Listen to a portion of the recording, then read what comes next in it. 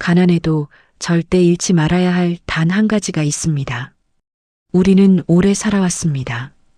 그 긴 시간 동안 손해를 보면서도 말하지 않았고 억울한 일을 당하면서도 참았으며 내 차례를 미루면서 남을 먼저 챙겼습니다. 그것이 어른이 되는 방식이라고 배웠고 그것이 올바르게 사는 길이라고 믿었습니다. 참고 또 참았습니다. 말수가 줄어든 것도 어느 순간부터였습니다. 굳이 설명하지 않아도 될 것 같았고 말해봤자 달라지는 것이 없다는 것을 경험으로 알게 되었기 때문입니다. 그렇게 우리는 조용히 그러나 묵묵히 살아왔습니다. 그런데도 삶은 나아지지 않았습니다. 버텼는데도 양보했는데도 참았는데도 형편은 크게 달라지지 않았습니다.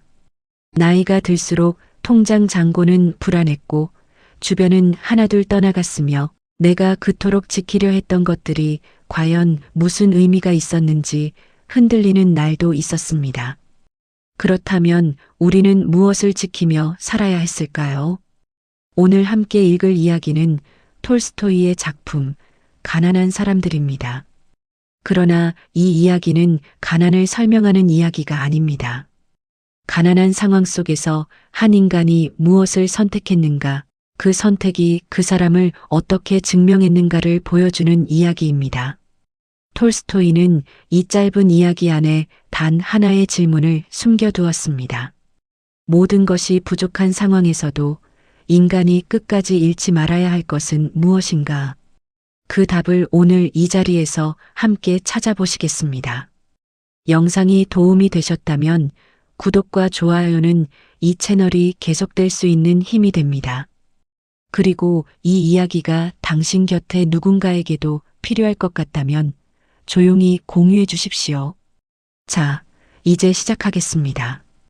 바닷가 작은 마을에 어부 한 명이 살고 있었습니다. 그의 이름은 야콥이었고 아내의 이름은 잔느였습니다. 두 사람 사이에는 아이가 5이었습니다. 막내는 아직 젖을 먹는 나이였고 마지는 이제 막 아버지의 그물 손질을 도울 수 있는 나이가 되었습니다. 집은 작았습니다. 바람이 세게 부는 날이면 창문 틈으로 찬 공기가 스며들었고 장작이 충분하지 않은 날에는 아이들이 어깨를 맞대고 잠을 청했습니다. 그래도 이 가족에게는 지붕이 있었고 매일 밥을 먹을 수 있었으며 서로가 곁에 있었습니다. 야콥은 매일 새벽 바다로 나갔습니다. 날씨가 좋은 날에도 파도가 높은 날에도 그는 나갔습니다. 가족이 먹을 것이 있으려면 그가 나가야 했기 때문입니다. 바다는 항상 친절하지 않았습니다. 어떤 날은 그물이 가득 찼고 어떤 날은 빈 채로 돌아왔습니다. 그러나 야콥은 불평하지 않았습니다. 바다를 원망하지도 않았습니다. 그것이 그의 삶이었고 그는 그 삶을 받아들이고 있었습니다. 잔느는 집을 지켰습니다. 아이들을 돌보고 남편이 잡아온 것으로 끼니를 만들었으며 낡은 옷을 기워 입히고 아이들이 아프면 밤새 곁을 지켰습니다. 잔느의 하루는 해가 뜨기 전에 시작되어 아이들이 모두 잠든 뒤에야 끝났습니다. 그러나 그 긴 하루 동안 그녀가 자신을 위해 쓰는 시간은 거의 없었습니다. 그것이 이상한 일이라고 생각하지 않았습니다. 그것이 삶이라는 것을 그녀는 일찍부터 알고 있었습니다. 이 가족의 가장 큰 걱정은 언제나 계산이었습니다. 오늘 야콥이 잡아온 것이 얼마짜리인지, 그것으로 이번 주 밥상을 차릴 수 있는지, 아이들 신발이 다 닳았는데 새 것을 살 수 있는지, 겨울이 오기 전에 장작을 충분히 쌓아둘 수 있는지, 이 계산은 쉬지 않았습니다. 잠들기 전에도 계산이었고 아침에 눈을 뜨면 다시 계산이었습니다. 그러나 이 가족에게는 한 가지 규칙이 있었습니다. 계산이 아무리 빠듯해도 서로에게 짜증을 내지 않는다는 것이었습니다. 야콥이 빈 그물로 돌아온 날 잔느는 아무 말도 하지 않았습니다. 밥상을 차리고 아이들을 먹이고 남편 앞에 그릇을 놓았습니다. 야콥도 말이 없었습니다. 그러나 그 침묵은 냉랭한 침묵이 아니었습니다. 서로가 얼마나 애쓰고 있는지를 알기 때문에 굳이 말하지 않아도 되는 그런 침묵이었습니다. 가난은 이 가족을 가난하게 만들었지만 서로를 향한 마음까지 가난하게 만들지는 못했습니다. 그러던 어느 날 밤이었습니다. 야콥은 아직 돌아오지 않았고 잔느는 홀로 집에서 아이들을 재우고 있었습니다. 바람 소리가 유난히 거셌습니다. 파도 소리가 벽을 두드리는 것처럼 들렸습니다. 잔느는 남편 걱정이 되었지만 걱정한다고 해서 달라지는 것은 없었습니다. 그저 기다리는 수밖에 없었습니다. 아이들을 모두 재운 뒤 잔느는 잠시 문 밖을 내다보았습니다. 옆집 불빛이 꺼져 있었습니다. 옆집에는 홀로 사는 노파가 있었습니다. 마을 사람들은 그녀를 마리나라고 불렀습니다. 남편은 오래전에 세상을 떠났고 자식도 없었습니다. 몸이 좋지 않아 오랫동안 병석에 누워 있다는 이야기를 들었지만 잔느는 며칠째 그녀의 기척을 듣지 못하고 있었습니다. 불빛이 꺼진 창문을 바라보며 잔느는 잠시 망설였습니다. 남편은 아직 돌아오지 않았습니다. 아이들은 자고 있었습니다. 밖은 어두웠고 바람은 차가웠습니다. 지금 나가야 할 이유가 있는지 나가지 않아도 될 이유가 있는지 잔느는 그 경계에서 잠시 서 있었습니다. 그러나 그녀의 발은 이미 문을 향하고 있었습니다. 이것이 이 이야기의 첫 번째 장면입니다. 아직 아무 일도 일어나지 않았습니다. 그러나 톨스토이는 이 장면을 통해 이미 한 가지를 보여주고 있습니다. 가난이 인간을 시험한다는 것, 그리고 그 시험이 언제나 조용한 일상 속에서 시작된다는 것입니다. 우리도 이런 삶을 살아왔습니다. 매달 통장을 들여다보며 계산을 했고 아이들 앞에서 내색하지 않으려 애를 썼으며 피곤해도 쉬지 못하는 날들이 있었습니다. 야콥과 잔느의 이야기가 낯설지 않은 것은 그것이 꾸며낸 이야기가 아니라 살아온 사람이라면 누구나 한 번쯤 통과해온 시간이기 때문입니다. 톨스토이가 이 이야기를 쓴 것은 가난한 삶을 불쌍하게 보여주려는 것이 아니었습니다. 그는 이렇게 묻고 싶었습니다. 아무것도 넉넉하지 않은 상황에서 인간이 무엇을 선택하는지를, 부족함이 인간의 본성을 어떻게 드러내는지를, 그리고 그 본성이 얼마나 깊은 것인지를. 가난은 인간을 시험하는 조건입니다. 그 시험은 누군가에게는 인간성을 무너뜨리는 방향으로 작용하기도 합니다.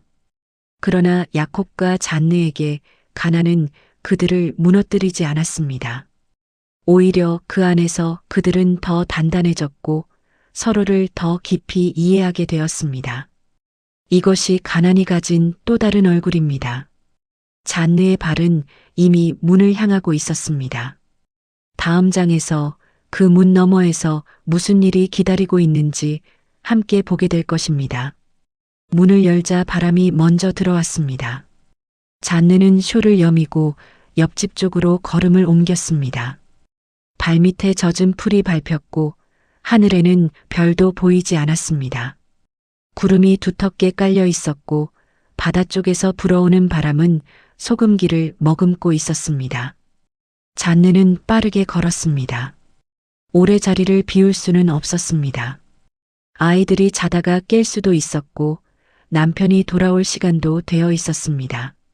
마리나의 집 문은 닫혀 있었습니다. 잔느는 가볍게 두드렸습니다. 대답이 없었습니다. 조금 더 세게 두드렸습니다.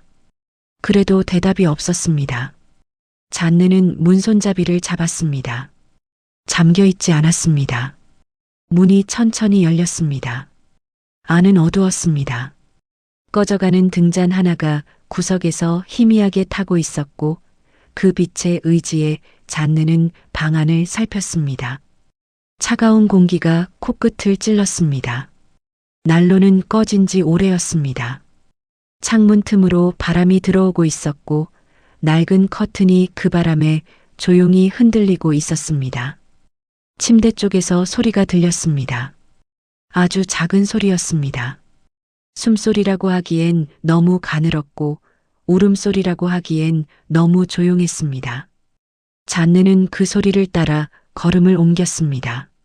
마리나는 침대에 누워 있었습니다. 눈은 감겨 있었고 얼굴은 창백했습니다. 숨은 쉬고 있었지만 매우 얕았습니다. 잔느는 그녀의 이마에 손을 얹었습니다. 차가웠습니다. 몸 전체가 차가웠습니다. 담요는 있었지만 얇았고 그것 하나로 이 추위를 견디기에는 역부족이었습니다. 그리고 잔느는 그때 보았습니다. 마리나의 침대 곁 낡은 커튼 뒤쪽에 작은 요람이 하나 있었습니다. 잔느는 그것을 알아보지 못했습니다. 마리나에게 아이가 있다는 이야기를 들은 적이 없었기 때문입니다. 그러나 요람은 분명히 거기 있었고 그 안에서 무언가가 움직이고 있었습니다. 잔느는 천천히 커튼을 걷었습니다. 두 아이였습니다. 젖먹이 둘이 요람 안에 나란히 누워 있었습니다. 아직 어린, 아마도 돌도 안 된 아이들이었습니다. 둘 다 잠들어 있었고 서로의 체온으로 추위를 버티고 있는 것처럼 꼭 붙어 있었습니다. 한 아이의 손이 다른 아이의 손을 쥐고 있었습니다. 그 작은 손이, 그 가는 손가락이 잔느의 눈에 들어왔습니다. 잔느는 한동안 움직이지 못했습니다. 마리나를 다시 보았습니다. 숨은 더 얕아진 것 같았습니다.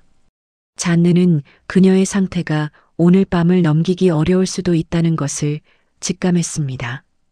오랜 병과 추위와 굶주림이 한꺼번에 이 작은 몸을 덮치고 있었습니다. 그렇다면 이 아이들은 잔느의 머릿속에서 계산이 시작되었습니다. 이번에는 장작값이나 신발값이 아니었습니다.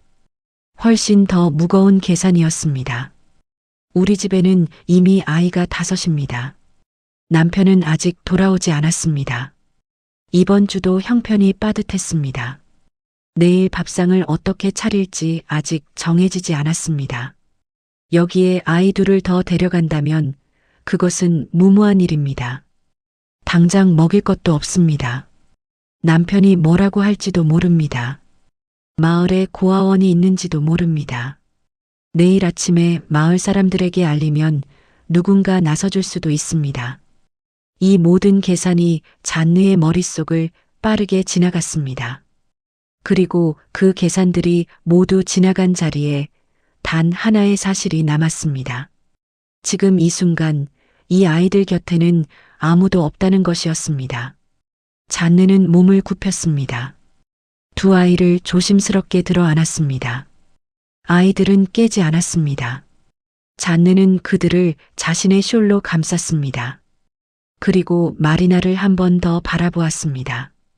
마리나의 얼굴에는 지금 아무 표정도 없었습니다. 고통도 두려움도 아무것도 없었습니다. 그저 조용히 이미 다른 곳으로 건너가고 있는 사람의 얼굴이었습니다. 잔느는 문을 닫고 집으로 돌아왔습니다. 아이들을 자신의 아이들 곁에 눕혔습니다. 담요를 덮어주었습니다. 두 아이는 여전히 잠들어 있었습니다. 잔느는 그 얼굴들을 내려다보며 한참을 서 있었습니다. 그러고 나서야 그녀는 자신이 무엇을 한 것인지 실감하기 시작했습니다. 남편이 돌아오면 뭐라고 말해야 할까요? 어떻게 설명해야 할까요? 아이 5도 벅찬데 둘을 더 데려왔다고 하면 남편이 화를 낼까요? 아니면 그냥 돌려보내라고 할까요? 잔느는 두려워졌습니다. 스스로의 선택이 두려웠습니다. 잘한 것인지 잘못한 것인지조차 판단이 서지 않았습니다. 그때 문이 열렸습니다. 야콥이 돌아온 것이었습니다. 그는 지쳐 있었습니다. 온몸이 바닷물에 젖어 있었고 얼굴에는 긴 밤의 피로가 역력했습니다. 그는 집 안으로 들어오다가 멈칫했습니다. 평소보다 아이들이 많다는 것을 바로 알아챘습니다. 그는 잔느를 바라보았습니다. 잔느는 말을 시작할 수가 없었습니다. 이 장면에서 톨스토이는 멈춥니다. 그리고 독자에게 묻습니다. 당신이라면 어떻게 했겠느냐고. 이 질문이 단순해 보여도 실제로 그 상황 앞에 서본 사람은 압니다. 선택이 얼마나 무거운 것인지를, 옳다고 생각하는 것과 현실적으로 할 수 있는 것 사이의 거리가 얼마나 먼지를. 잔느는 계산이 끝나기 전에 이미 몸이 먼저 움직였습니다. 그것이 인간의 어떤 부분인지 우리는 이름을 붙이기 어렵습니다. 이성이라고 하기엔 너무 즉각적이었고 감정이라고 하기엔 너무 조용했습니다. 굳이 이름을 붙인다면 그것은 인간의 가장 오래된 층위에 있는 무언가였습니다. 우리도 살면서 이런 순간이 있었습니다. 따져보면 하지 말아야 할 일인데 손이 먼저 나간 적이 있었습니다. 계산이 맞지 않는데도 그냥 해버린 적이 있었습니다. 나중에 후회할 것을 알면서도 그 순간에는 다르게 할 수가 없었던 일들이 있었습니다. 그것이 약함이라고 생각해온 분이 있다면 오늘 이 이야기가 그 생각을 조금 바꿔드릴 수 있기를 바랍니다. 인간은 부족할 때 드러납니다. 넉넉할 때의 선택은 쉽습니다. 여유가 있을 때 나누는 것은 어렵지 않습니다. 그러나 자신도 부족한 상황에서 더 부족한 존재 앞에 섰을 때, 그때 인간이 무엇을 선택하는지가 그 사람의 진짜 모습입니다. 잔느는 그 순간 자신의 진짜 모습을 보여주었습니다. 두려워하면서도 계산이 맞지 않아도 그 아이들을 두고 올 수가 없었습니다. 야콥은 아직 아무 말도 하지 않았습니다. 잔느는 입을 열지 못하고 있습니다. 두 사람 사이에 침묵이 흐르고 있습니다. 다음 장에서 우리는 그 침묵이 어떻게 깨지는지를 보게 될 것입니다.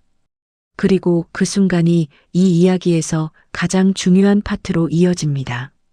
야콥은 오랫동안 아무 말도 하지 않았습니다. 그는 젖은 옷을 벗지도 않은 채 그 자리에 서 있었습니다. 눈은 요람 쪽을 향하고 있었습니다. 낯선 아이 둘이 자신의 아이들 사이에 누워 있었습니다. 작고 조용하게 숨을 쉬고 있었습니다. 야콥은 그 아이들을 한참 바라보았습니다. 잔느는 그 침묵이 무섭지 않았다고 말할 수 없습니다. 그녀는 남편의 표정을 읽으려 했지만 야콥의 얼굴은 쉽게 읽히지 않았습니다. 피곤함인지 당혹감인지 아니면 그 둘 다인지. 잔느는 손을 모아 쥐었습니다. 설명을 해야 한다는 것을 알면서도 어디서부터 시작해야 할지 몰랐습니다. 결국 잔느가 먼저 입을 열었습니다. 옆집 마리나가 오늘 밤을 넘기기 어려울 것 같았어요. 아이들이 둘 있었는데 아무도 없었어요. 그냥 둘 수가 없었습니다. 야콥은 여전히 말이 없었습니다. 잔느는 계속했습니다. 목소리가 조금 떨렸습니다. 당신이 화가 나도 어쩔 수 없어요. 잘못한 것일 수도 있어요. 그런데 그 순간에는 그냥 둘 수가 없었습니다. 야콥이 천천히 몸을 돌렸습니다. 그는 잔느를 바라보았습니다. 그리고 아주 천천히 무언가를 결심한 사람처럼 입을 열었습니다. 나도 오늘 바다에서 같은 생각을 했소. 잔느는 무슨 말인지 이해하지 못했습니다. 야콥은 말을 이었습니다. 파도가 높았소. 그물이 암초에 걸려서 한참을 씨름했소. 그때 잠깐 그냥 놔버릴까 하는 생각이 들었소. 그물 하나쯤 잃어도 살 수는 있으니까. 그런데 놔버릴 수가 없었소. 그것이 우리 가족의 것이기 때문이요. 그는 잠시 멈추었습니다. 당신이 그 아이들을 데려온 것도 그것과 같소? 놔버릴 수가 없었던 거요. 그것이 잘못이 아니오. 잔느의 눈에 눈물이 맺혔습니다. 그러나 흘리지는 않았습니다. 그럴 여유가 없었습니다. 아이들이 자고 있었고 내일도 계산은 계속될 것이었습니다. 그러나 그 순간 두 사람 사이에 무언가가 단단해졌습니다. 말로 표현되지 않았지만 두 사람 모두 느낄 수 있는 무언가였습니다. 우리는 같은 방향을 보고 있다는 것. 가난 앞에서도 우리가 지켜야 할 것이 무엇인지를 서로 알고 있다는 것. 그것이 그 밤 두 사람 사이에서 조용히 확인되었습니다. 이 장면이 이 이야기의 핵심입니다. 톨스토이는 이 장면을 길게 쓰지 않았습니다. 대화는 짧고 설명은 거의 없습니다. 그러나 이 짧은 교환 안에 이 작품 전체의 무게가 담겨 있습니다. 그것은 양심과 책임이 충돌하는 순간 인간이 어떤 선택을 하는가의 문제입니다. 양심은 말합니다. 저 아이들을 두고 오면 안 된다고. 책임은 말합니다. 당신에게는 이미 5아이가 있다고. 이 두 목소리가 동시에 들릴 때 인간은 어떻게 해야 합니까? 어느 쪽이 옳습니까? 어느 쪽을 따르는 것이 더 나은 인간입니까? 이 질문에 쉽게 답할 수 있는 사람은 많지 않습니다. 그리고 쉽게 답할 수 있다고 생각하는 사람일수록 실제로 그 상황 앞에 서본 적이 없는 경우가 많습니다. 잔느가 그 선택을 할 수 있었던 것은 그녀가 특별히 용감하거나 특별히 선한 사람이었기 때문이 아닙니다. 그녀는 평범한 어부의 아내였습니다. 매일 계산을 하고 남편을 걱정하고 아이들 밥을 챙기는 평범한 사람이었습니다. 그러나 그 평범함 안에 오랜 시간 동안 쌓아온 어떤 층위가 있었습니다. 흔들리지 않는 무언가가 있었습니다. 그것이 무엇인지 우리는 이제 조금 알 것 같습니다. 살면서 한 번도 쉬운 선택만 해온 사람은 없습니다. 우리도 수십 년을 살아오는 동안 양심과 현실 사이에서 수없이 갈등했습니다. 어떤 날은 양심 쪽을 택했고 어떤 날은 현실 앞에 무릎을 꿇었습니다. 그리고 그 어느 날이든 쉬웠던 날은 없었습니다. 선한 선택은 삶을 편하게 만들지 않습니다. 이것은 이 이야기가 우리에게 가장 먼저 솔직하게 말하는 것입니다.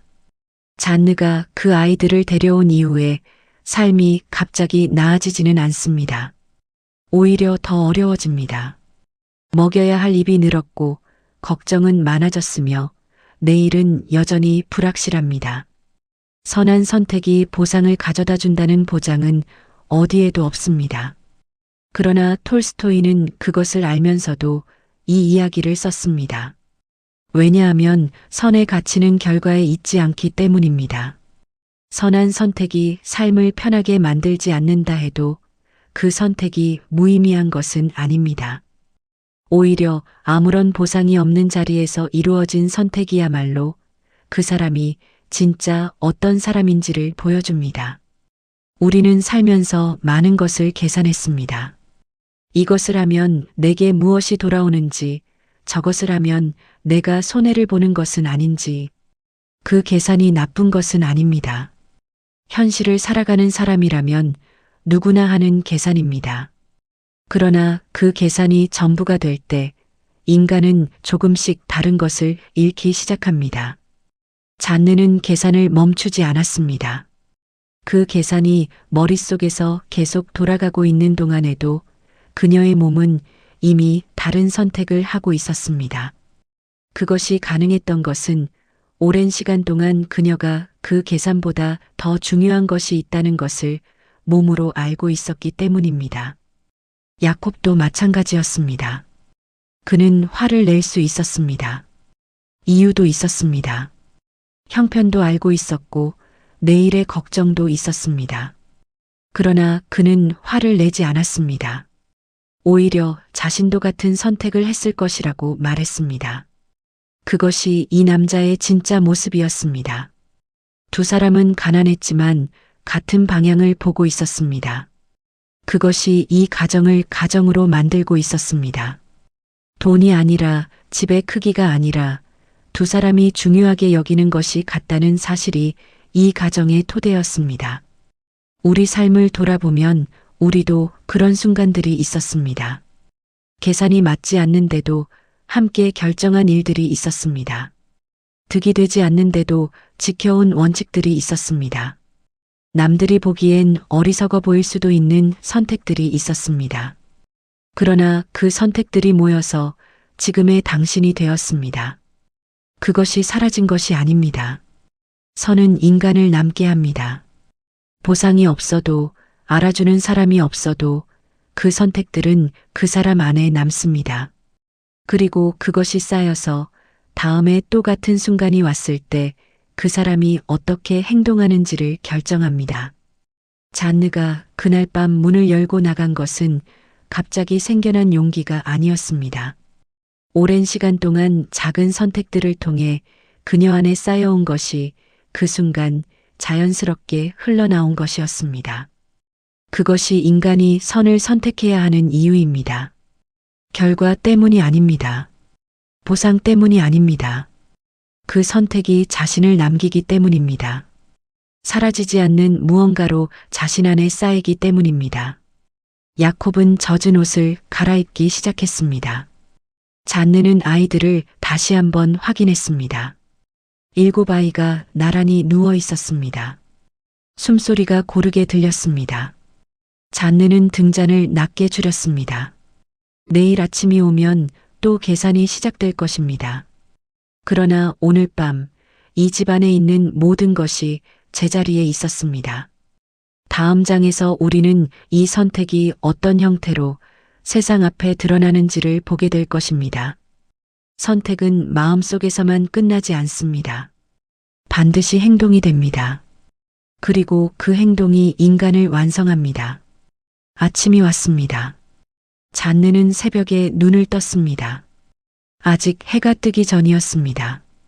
창밖은 어두웠고 바람은 간밤보다 잦아들어 있었습니다. 그녀는 잠시 누운 채로 천장을 바라보았습니다. 어젯밤 일이 꿈이 아니었다는 것을 확인하듯 방 안의 숨소리를 세었습니다. 평소보다 많았습니다. 그녀는 조용히 일어났습니다. 아이들이 깨지 않도록 발소리를 죽이며 부엌으로 갔습니다. 솥을 올리고 물을 끓였습니다. 있는 것을 꺼내 살폈습니다. 오늘 아침을 7 식구가 먹으려면 평소보다 더 많이 필요했습니다. 그러나 있는 것은 평소와 같았습니다. 잔느는 잠시 그 앞에 서 있었습니다. 그리고 있는 것을 최대한 고르게 나누기 시작했습니다. 덜어내는 것이 아니었습니다. 나누는 것이었습니다. 이 두 가지는 다릅니다. 덜어낸다는 것은 원래 있어야 할 것을 줄이는 것입니다. 그러나 나눈다는 것은 원래 하나였던 것을 여럿이 함께 갖는 것입니다. 잔느는 덜어낸다고 생각하지 않았습니다. 오늘 이 밥상은 7 사람의 것이라고 생각했습니다. 야콥도 일찍 일어났습니다. 그는 부엌에 들어서며 잔느가 하는 일을 보았습니다. 아무 말도 하지 않았습니다. 그는 외투를 걸치고 밖으로 나갔습니다. 잠시 후 장작을 안고 들어왔습니다. 난로에 불을 피웠습니다. 방 안이 천천히 따뜻해졌습니다. 두 사람은 말이 없었습니다. 그러나 그 침묵 안에는 무언가가 가득 차 있었습니다. 각자 할 일을 하고 있었고 그 일들이 서로를 향하고 있었으며 그 방향이 같다는 것을 두 사람 모두 알고 있었습니다. 말이 필요 없는 아침이었습니다. 아이들이 하나둘 눈을 떴습니다. 마지가 먼저 일어나 낯선 아이들을 발견했습니다. 그는 엄마를 바라보았습니다. 잔느는 조용히 말했습니다. 옆집 아주머니가 편찮으셔서 잠깐 우리가 돌봐드리는 거야. 마지는 고개를 끄덕였습니다. 더 묻지 않았습니다. 그리고 자연스럽게 어린 아이들 곁으로 가서 앉았습니다. 그 모습을 잔느는 잠시 바라보았습니다. 아이는 설명 없이도 알아들었습니다. 아니, 설명이 필요하지 않았습니다. 이 집에서 자라며 몸으로 배운 것이 있었기 때문입니다. 가진 것을 나누는 것이 이 집의 방식이라는 것을 말로 가르친 적이 없었지만 아이는 이미 알고 있었습니다. 이것이 행동의 힘입니다. 우리는 종종 아이들에게 무언가를 가르치려 합니다. 올바르게 살아야 한다고, 남을 배려해야 한다고, 어려운 사람을 보면 외면하지 말아야 한다고. 그러나 그 말들보다 더 강하게 아이에게 남는 것은 부모가 실제로 어떻게 사는지를 보는 것입니다. 잔느와 야콥은 아이에게 설교하지 않았습니다. 그저 살았습니다. 그리고 그 삶이 아이에게 전해졌습니다. 밥상이 차려졌습니다. 7개의 그릇이 놓였습니다. 간밤에 데려온 두 아이는 아직 어려서 죽처럼 무른 것을 먹어야 했습니다. 잔느는 따로 조금 더 끓였습니다. 번거로웠지만 당연한 일이었습니다. 야콥은 아이들이 먹는 것을 지켜보다가 자신의 그릇을 들었습니다. 평소보다 적었습니다. 그러나 그는 아무 말도 하지 않았습니다. 식사가 끝난 뒤 야콥은 마리나의 집으로 갔습니다. 그는 혼자 갔습니다. 잔느는 아이들과 집에 남았습니다. 야콥이 돌아왔을 때 그의 표정만으로 잔느는 알 수 있었습니다. 마리나는 간밤에 세상을 떠났습니다. 조용히, 아마도 아이들이 이 집으로 건너온 직후에 그녀는 눈을 감았을 것이었습니다. 두 사람은 잠시 말이 없었습니다. 야콥이 먼저 말했습니다. 마을 사람들에게 알려야겠소. 장례를 치러야 하니까. 잔느가 고개를 끄덕였습니다. 아이들은 우리가 맡겠습니다. 야콥이 잔느를 바라보았습니다. 잔느는 덧붙였습니다. 다른 방법이 없어요. 그리고 이미 데려왔으니까요. 야콥은 오래 생각하지 않았습니다. 그렇게 합시다. 그것이 전부였습니다. 긴 논의가 없었습니다. 조건을 따지지 않았습니다. 어떻게 먹여 살릴지, 어디서 돈이 생길지, 마을 사람들이 뭐라고 할지, 그 계산들이 없었던 것은 아닙니다. 두 사람 모두 알고 있었습니다. 그러나 그 계산들보다 먼저 내려진 결론이 있었습니다. 이미 이 아이들은 이 집의 아이들이라는 것이었습니다. 어젯밤 잔느가 그들을 안고 들어온 순간부터 이미 그렇게 되어 있었습니다. 야콥도 그것을 알았습니다. 그래서 더 따지지 않았습니다. 이미 결정된 것을 다시 결정할 필요가 없었습니다. 이것이 행동의 또 다른 얼굴입니다. 행동은 선택을 완성합니다. 잔느가 어젯밤 마음속으로 옳다고 생각한 것이 오늘 아침 밥상을 차리는 손길로 나타났습니다. 야콥이 말없이 장작을 안고 들어온 것으로 나타났습니다. 마지가 낯선 아이 곁에 자연스럽게 앉은 것으로 나타났습니다. 이 모든 것이 하나의 방향을 향하고 있었습니다. 행동하지 않은 선의는 완성되지 않습니다. 우리는 살면서 마음속으로 많은 것을 느꼈습니다. 저 사람이 힘들겠구나. 내가 뭔가 해줄 수 있으면 좋겠는데 나중에 기회가 되면 챙겨줘야지. 그런 마음들이 있었습니다. 그 마음이 거짓이 아니었습니다. 진심이었습니다. 그러나 행동으로 이어지지 않은 선의는 상대에게 닿지 않습니다. 그리고 시간이 지나면 그 마음 자체도 흐릿해집니다. 잔느는 생각을 행동으로 옮겼습니다. 그것이 이 이야기에서 잔느를 기억하게 만드는 이유입니다. 그녀가 특별히 능력 있거나 특별히 가진 것이 많아서가 아닙니다. 생각에서 행동까지의 거리를 두지 않았기 때문입니다. 그 거리를 좁히는 것, 그것이 인간이 자신을 증명하는 방식입니다. 우리도 돌아보면 그런 순간들이 있었습니다. 누군가 힘들 때 곁에 있어준 적이 있었습니다. 내가 먼저 손을 내밀었던 적이 있었습니다. 아무도 알아주지 않아도 묵묵히 해야 할 일을 한 적이 있었습니다. 그것들이 작아 보여도 그 행동들이 지금의 당신을 만들었습니다. 행동이 인간을 증명합니다. 말이 아닙니다. 의도가 아닙니다. 계획이 아닙니다. 실제로 움직인 것, 실제로 손을 내민 것, 실제로 자리를 지킨 것. 그것이 그 사람이 어떤 사람인지를 증명합니다. 야콥과 잔느는 그것을 말로 설명하지 않았습니다. 그저 했습니다. 그리고 그것으로 충분했습니다. 마을 사람들이 마리나의 소식을 듣고 모여들기 시작했습니다. 장례를 준비하는 손길들이 바빠졌습니다. 누군가는 음식을 가져왔고 누군가는 야콥의 어깨를 두드렸습니다. 아이들에 대한 이야기가 오갔습니다. 야콥과 잔느가 그 아이들을 맡기로 했다는 것이 알려졌을 때 마을 사람들의 반응은 다양했습니다. 대단하다고 하는 사람도 있었고 걱정스럽다고 하는 사람도 있었으며 아무 말 없이 고개만 끄덕이는 사람도 있었습니다. 야콥은 그 반응들에 크게 신경 쓰지 않았습니다. 잔느도 마찬가지였습니다. 그들이 이 선택을 한 것은 마을 사람들의 평가를 위해서가 아니었습니다. 그저 그렇게 하지 않을 수가 없었기 때문이었습니다. 그것이 이유의 전부였습니다.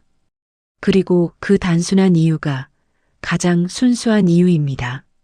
무언가를 바라고 한 선택은 그 바람이 이루어지지 않을 때 흔들립니다. 그러나 그저 그렇게 하지 않을 수 없어서 한 선택은 결과가 어떻게 되든 흔들리지 않습니다. 그 선택은 이미 그 순간에 완성되어 있기 때문입니다. 저녁이 되었습니다. 아이들은 다시 나란히 잠들었습니다. 이제 일곱이 익숙해지기 시작했습니다. 야콥은 그물을 손질했습니다. 내일도 바다에 나가야 했습니다. 먹여야 할 입이 늘었으니 더 열심히 나가야 했습니다. 그는 그 사실을 무겁게 받아들이지 않았습니다. 그냥 해야 할 일이 늘어난 것이었습니다. 잔느는 바느질을 했습니다. 데려온 아이들에게 입힐 것이 필요했습니다. 있는 천을 잘라 이었습니다. 손이 바빴지만 마음은 이상하게도 어젯밤보다 가벼웠습니다. 무거운 결정이 내려진 뒤에 오는 그 이상한 가벼움이었습니다. 더 이상 고민하지 않아도 된다는 것. 이미 결정했고 이미 행동했다는 것. 그것이 오히려 마음을 단단하게 만들어 주었습니다. 행동은 두려움을 줄입니다.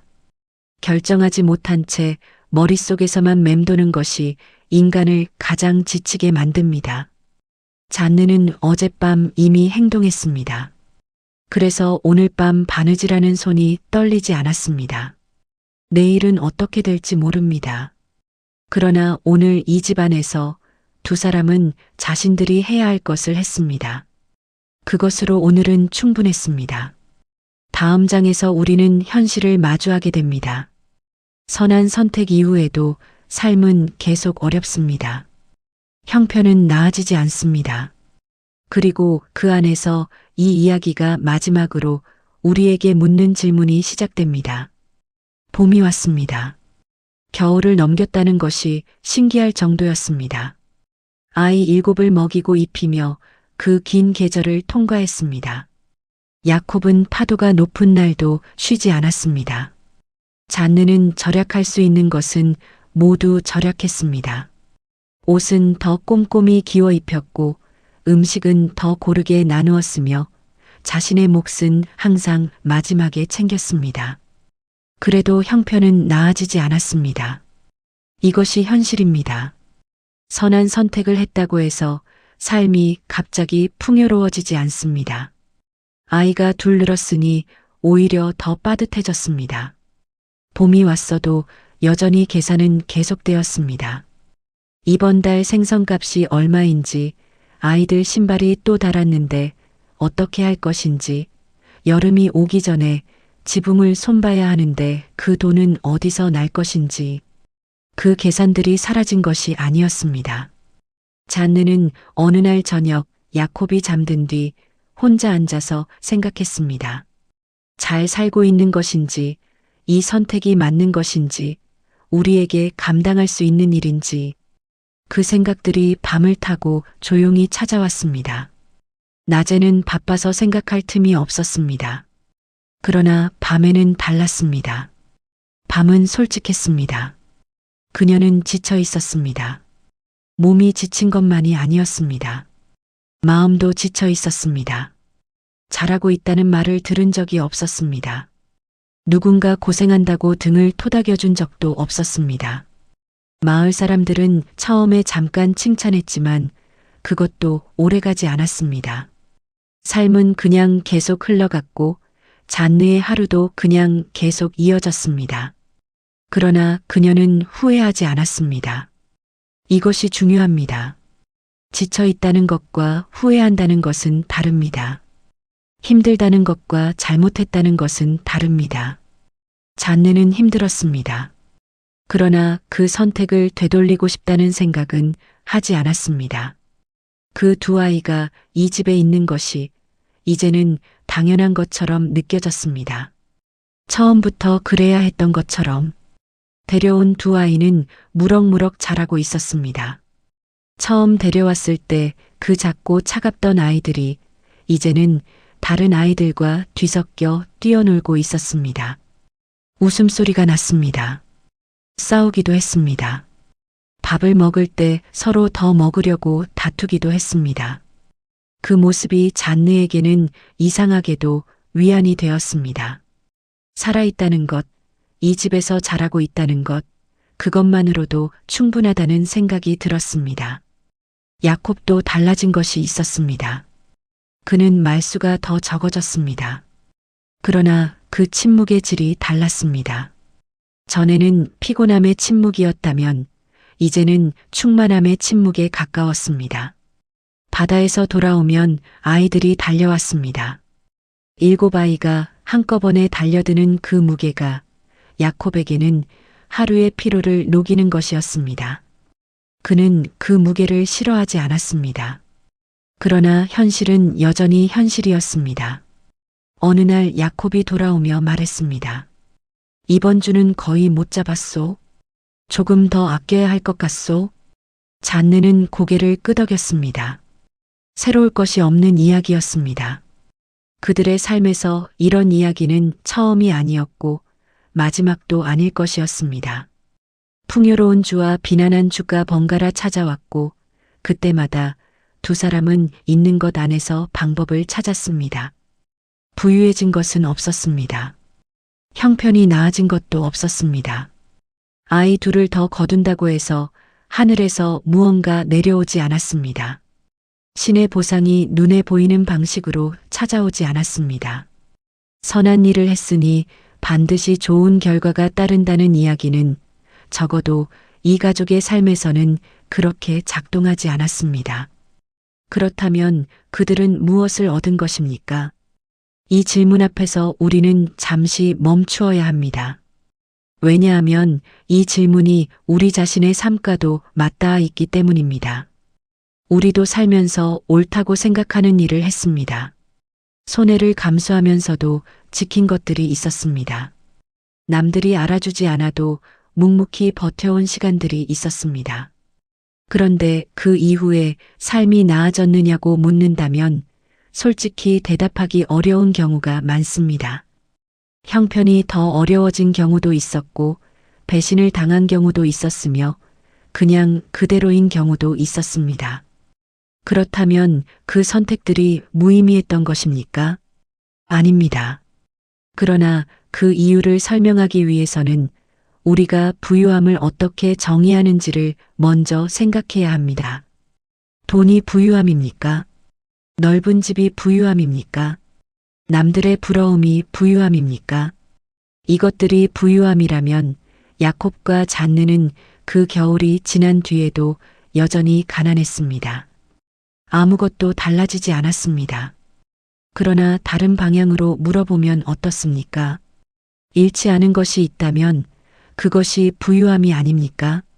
야콥과 잔느는 그 긴 겨울을 통과하면서 잃지 않은 것들이 있었습니다. 서로에 대한 신뢰를 잃지 않았습니다.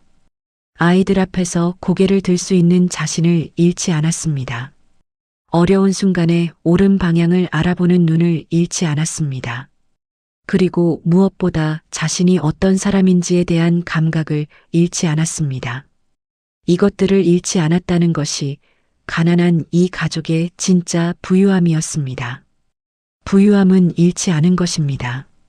우리가 살면서 가장 두려워해야 하는 것은 돈을 잃는 것이 아닙니다.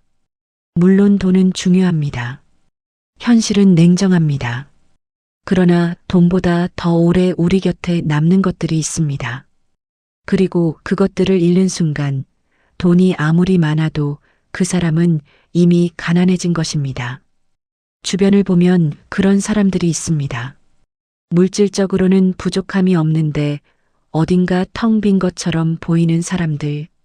가진 것은 많은데 자신이 누구인지를 모르는 것처럼 보이는 사람들. 그들이 잃은 것이 무엇인지 우리는 말로 설명하기 어렵지만 느낄 수는 있습니다. 그것이 우리가 지켜야 하는 것입니다. 반대로 가진 것이 많지 않아도 단단해 보이는 사람들이 있습니다. 말수가 많지 않아도 눈빛이 흔들리지 않는 사람들. 형편이 넉넉하지 않아도 자신의 선택에 후회가 없어 보이는 사람들. 야콥이 그런 사람이었습니다. 잔느가 그런 사람이었습니다. 그들이 가진 것은 적었지만 그들이 잃지 않은 것은 많았습니다. 우리도 돌아보면 그렇습니다. 살면서 잃은 것들이 있습니다. 젊음도 잃었고, 기회도 잃었고, 사람도 잃었습니다. 그 상실들이 아프지 않았다고 말할 수는 없습니다. 그러나 그 상실들 속에서도 잃지 않은 것들이 있었습니다. 지금 이 자리까지 당신을 데려온 것들이 있었습니다. 그것들이 무엇인지 오늘 이 이야기를 들으면서 조용히 떠올려 보시기 바랍니다. 봄볕이 창으로 들어왔습니다. 잔느는 아이들이 마당에서 뛰어노는 것을 바라보았습니다. 7 아이가 뒤섞여 웃고 있었습니다. 어느 아이가 원래 자신의 아이인지 어느 아이가 데려온 아이인지 구분이 되지 않을 만큼 자연스러웠습니다. 잔느는 그 모습을 보며 오래 앉아 있었습니다. 형편은 나아지지 않았습니다. 그러나 이 집 안에 있는 것들은 여전히 자리를 지키고 있었습니다. 그것이 이 가족의 부유함이었습니다. 다음 장에서 이 이야기는 마지막 질문을 던집니다. 가난해도 절대 잃지 말아야 할 단 한 가지, 그것이 무엇인지를 이제 마지막으로 정리하게 됩니다. 여름이 지나고 가을이 왔습니다. 데려온 2 아이가 이 집에 온 지 어느덧 계절이 2번 바뀌었습니다. 아이들은 이제 이 집의 말투를 쓰고 있었습니다. 이 집의 냄새에 익숙해졌습니다. 아침에 일어나면 자연스럽게 맞이 옆에 앉았고 저녁이 되면 다른 아이들과 함께 야콥을 기다렸습니다. 그 모습이 잔느에게는 여전히 때때로 새롭게 느껴졌습니다. 이렇게 되었구나 하는 감각이었습니다. 어느 가을 저녁이었습니다. 야콥이 돌아와 자리에 앉았습니다. 아이들은 이미 저녁을 먹고 있었습니다. 7개의 그릇이 놓인 밥상이 이제는 낯설지 않았습니다. 야콥은 천천히 밥을 먹으며 아이들을 바라보았습니다. 잔느는 그 옆에 앉아 있었습니다. 2 사람은 말이 없었습니다. 그러나 그 침묵은 처음부터 이 이야기에 흐르던 그 침묵이었습니다. 말이 필요 없는 침묵이었습니다. 야콥이 천천히 입을 열었습니다. 잘했소. 잔느는 그 말이 무엇을 향한 것인지 물어보지 않았습니다. 알고 있었습니다. 어젯밤 일을 말하는 것도 아니었고 오늘 밥상을 말하는 것도 아니었습니다. 그 2 마디는 훨씬 긴 시간을 향하고 있었습니다.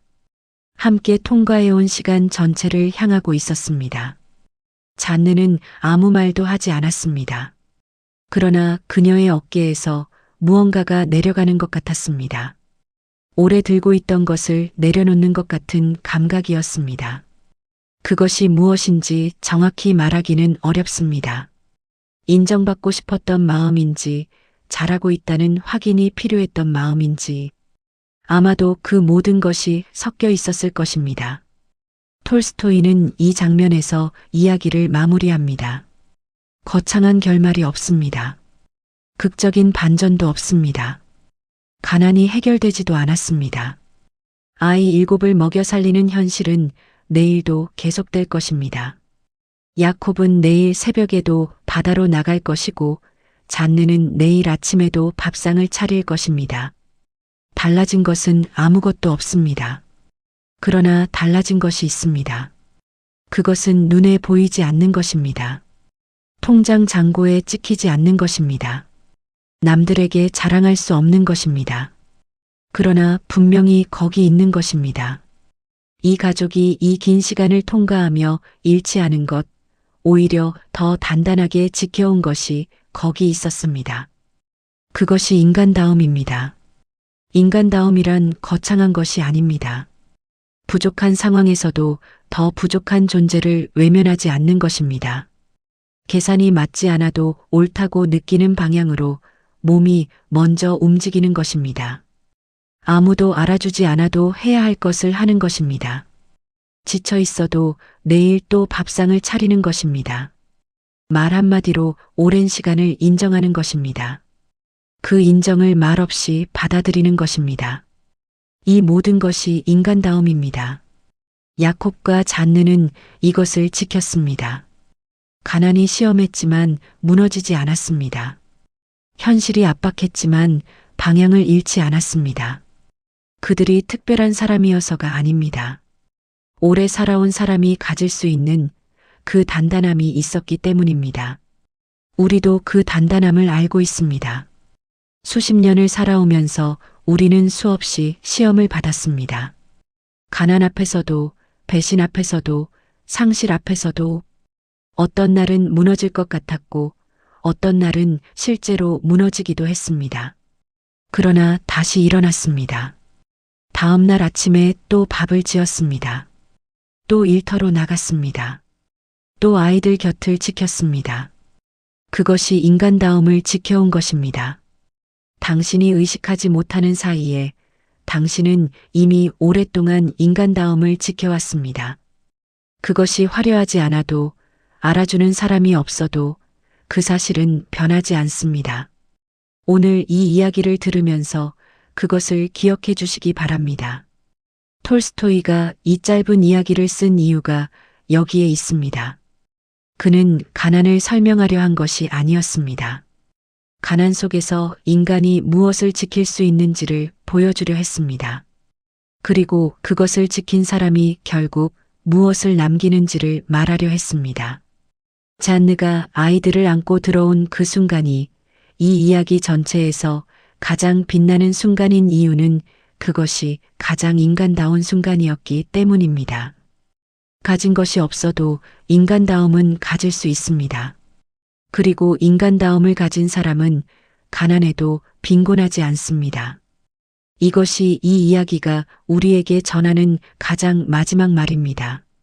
인간다움이 가장 마지막까지 남는 것입니다. 돈은 사라질 수 있습니다. 건강은 쇠할 수 있습니다. 지위는 내려올 수 있습니다. 사람은 떠날 수 있습니다. 그러나 오랜 시간 동안 쌓아온 인간다움은 그 어떤 것도 빼앗아 갈 수 없습니다. 그것은 그 사람 안에 있기 때문입니다. 그 사람이 살아온 방식 안에 있기 때문입니다. 그 사람이 어려운 순간마다 내린 선택들 안에 쌓여 있기 때문입니다. 야콥은 오늘 밤도 그물을 손질할 것입니다. 잔느는 내일 아침도 밥상을 차릴 것입니다. 아이 7이 또 먹고 자라고 웃고 싸울 것입니다. 형편은 여전히 빠듯할 것입니다. 그러나 이 집 안에 있는 것, 이 두 사람이 지켜온 것은 그 무엇에도 흔들리지 않을 것입니다. 그것이 이 이야기의 끝입니다. 그리고 그것이 우리가 가난해도 절대 잃지 말아야 할 단 한 가지입니다. 이야기가 끝났습니다. 야콥과 잔느는 끝내 부자가 되지 않았습니다. 마을에서 가장 존경받는 사람이 되지도 않았습니다. 그들의 이름이 어디에 기록되지도 않았습니다. 그저 바닷가 작은 마을에서 아이 7을 먹이며 매일 새벽 바다로 나가고 매일 아침 밥상을 차리며 살았습니다. 그러나 이 두 사람은 가장 중요한 것을 끝까지 잃지 않았습니다. 부족한 상황에서도 더 부족한 존재를 외면하지 않는 마음, 계산이 맞지 않아도 옳은 방향으로 움직이는 몸, 아무도 알아주지 않아도 해야 할 것을 하는 하루하루. 그것이 이 두 사람이 평생 지켜온 것이었고, 그것이 이 이야기가 우리에게 건네는 단 한 가지입니다. 우리의 삶을 돌아봅니다. 손해를 보면서도 참아온 시간이 있었습니다. 알아주는 사람 없이 묵묵히 버텨온 날들이 있었습니다. 계산이 맞지 않는데도 그냥 해버린 일들이 있었습니다. 지쳐 있으면서도 다음날 또 일어난 아침들이 있었습니다. 그 시간들이 쌓여서 지금의 당신이 되었습니다. 그것이 틀리지 않았습니다. 당신이 살아온 방식이 틀리지 않았습니다. 넉넉하지 않아도 인간다움을 지키며 살아온 것, 그것이 이 세상에서 가장 단단한 것을 쌓아온 것입니다.